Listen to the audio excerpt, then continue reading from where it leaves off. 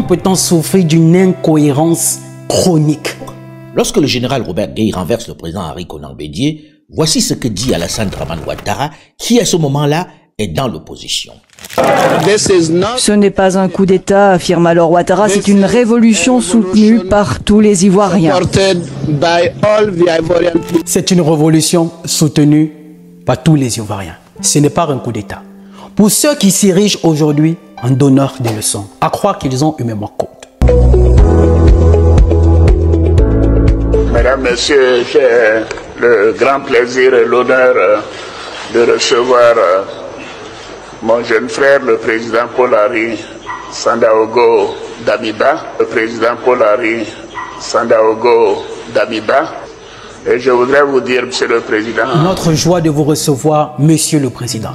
Pour quelqu'un qui a renversé un président démocratiquement élu.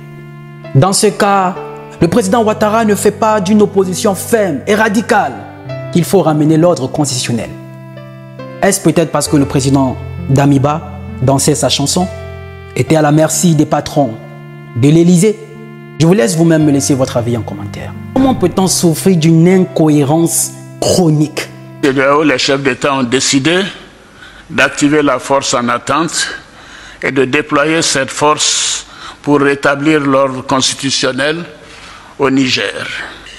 Quand je dis qu'il y a le piston derrière, aujourd'hui on a remarqué bien. Quels sont ceux qui parlent? Pour aller faire la guerre, ça va pas être talent.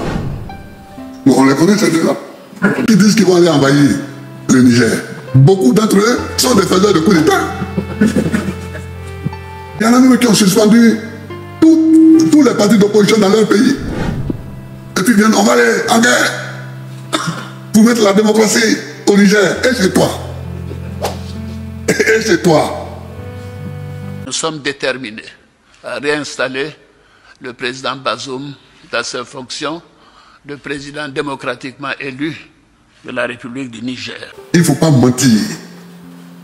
On ment quand on laisse croire aux gens qu'on veut aller au Niger pour réinstaller Bazoum dans un fauteuil démocratique. Mais c'est faux. C'est pas pour ça qu'on va. C'est pas pour ça qu'on va. On est pistonné par derrière. Pistonné par derrière pour aller faire un coup pour l'uranium, le gaz, le pétrole, etc. Il ne faut pas mentir. Nous ne pouvons pas quitter le Niger et je suis donc pour le coup dans les 19% des sondés qui pensent que la France doit rester présente militairement non seulement au Niger mais ailleurs en Afrique. Notre retrait nous coûterait très cher à terme. Nous avons besoin de rester très présents sur le continent africain.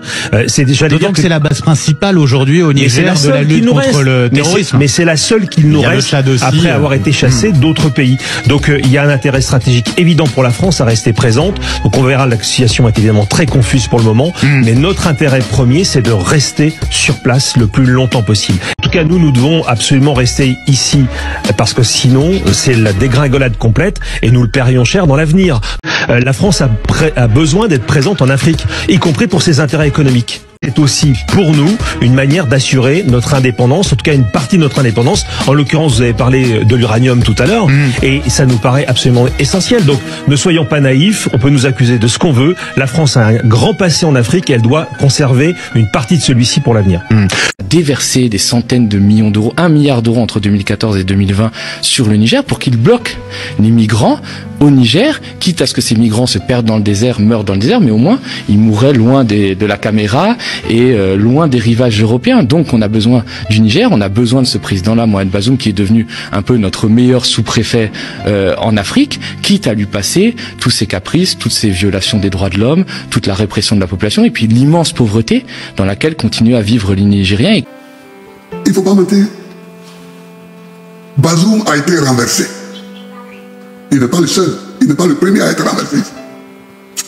Bazoum a été renversé. Mais il faut se mettre en position pour discuter pour qu'il soit libéré. Pour qu'il soit libéré. Mais lui fait croire qu'on va le réinstaller au pouvoir, on lui ment. On lui ment, le coup d'État est consommé.